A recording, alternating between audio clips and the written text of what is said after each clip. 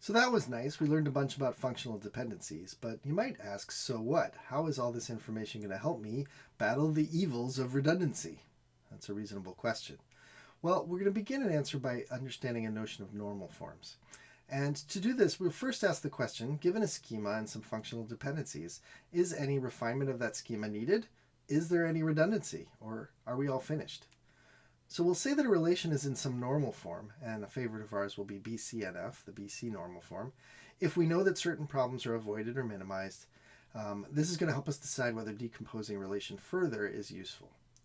So consider a relation R with three attributes, A, B, and C.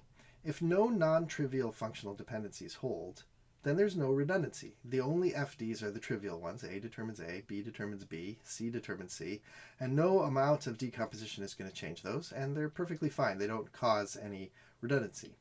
But if we're given a functional dependency like A determines B, if the left-hand side A is not a superkey, then several tuples could have the same A value. And if so, then they would also have to have the same B value by the functional dependency. And that, my friends, is redundancy. And so this is what we're trying to avoid, and our normal forms are going to help us try to get our relations into shape where this redundancy does not exist.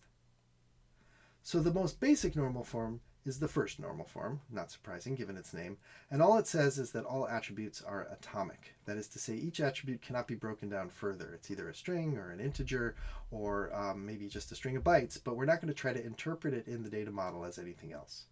In particular, your tuple doesn't contain more tuples nested, and your tuple doesn't contain more relations nested. A tuple just contains values. We often just call this the relational model. First normal form is essentially the definition of the relational model. And notice that it's violated by many common data models. So XML and JSON are two that are in common use today, where you can have nested data. And various object-oriented models from the 1980s and 90s also had this flavor.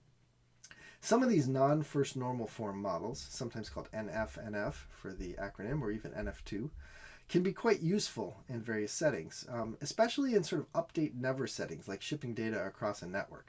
So XML and JSON are often described as being good wire formats for data because they're self-describing, and objects can be nested with their children, so to speak, in a way that represents the semantics of an application.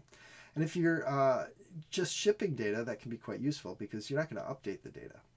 But if you need to update the data, you might prefer a first normal form. Meanwhile, if you have data that's nested, but you actually never unnest it, then you might as well treat it as being flat. There's really, the nesting is just there to carry around values that you're never going to look at. So first normal form can be interpreted kind of loosely as just sort of, you never look inside your values very carefully. You treat them as if they were atomic, basically a relational collection of objects that happen to be structured. Okay, so first normal form is something that everybody pretty much agrees is a useful model. It's the relational model. Second normal form is another definition of a normal form that I'm not going to define here. It's mostly of historical interest. It was invented kind of along the way, but hasn't proved to be very useful and doesn't make a great deal of sense. Third normal form actually has been widely used, but doesn't really hold up under scrutiny. It also doesn't really make sense. It's a kind of very weird sort of circumstantial model that you arrive at when you can't do any better, but it doesn't provide any useful guarantees. So we won't study third normal form here, but you should be aware that you'll probably run into it out in the big wide world, and people will ask, well, did you use third normal form? And actually the answer should be, I tried not to because it doesn't make a great deal of sense. So I won't justify third normal form here. It's of historical interest. You can read about it on the internet if you care to. The one we'll focus on is Boyce-Codd normal form, or BCNF, which does have a nice, clean theoretical framework. So we'll say that a relation R with functional dependencies F is in Boyce-Codd normal form, BCNF, if for every functional dependency X determines A in the closure of F, either A is a subset of X, which is to say it's a trivial functional dependency, the right-hand side is a subset of the left-hand side, or X, the left-hand side, is a superkey for the relation.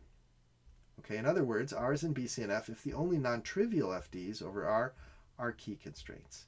And this is kind of the intuition we've been driving to all along here, is we don't have redundancy from FDs if the left-hand side of the FD is a key. Because after all, if it's a key, then there's no duplication. And so the right-hand side is uniquely assigned to one value on the left-hand side. So that's BCNF. Why is it useful? Well, If R is in BCNF, then every field of every tuple records useful information that we can't infer via functional dependencies. Once again, the table on the right. Suppose we know that X determines A holds for that example relation. Can you guess the value of the missing attribute? Yes, you can, right? Little x and little a go together. So if we have little x again with y2, we must have little a in the right-hand column where the question mark goes. Because we can infer that from the FDs, the relation is not in Boyce-Codd normal form, okay? Which means we're recording information that somehow we don't need to record, right? And that's the kind of redundancy that could go wrong. So functional dependencies and the analysis of Boyce-Codd normal form are going to help us to get our relations into BCNF and get them into shape.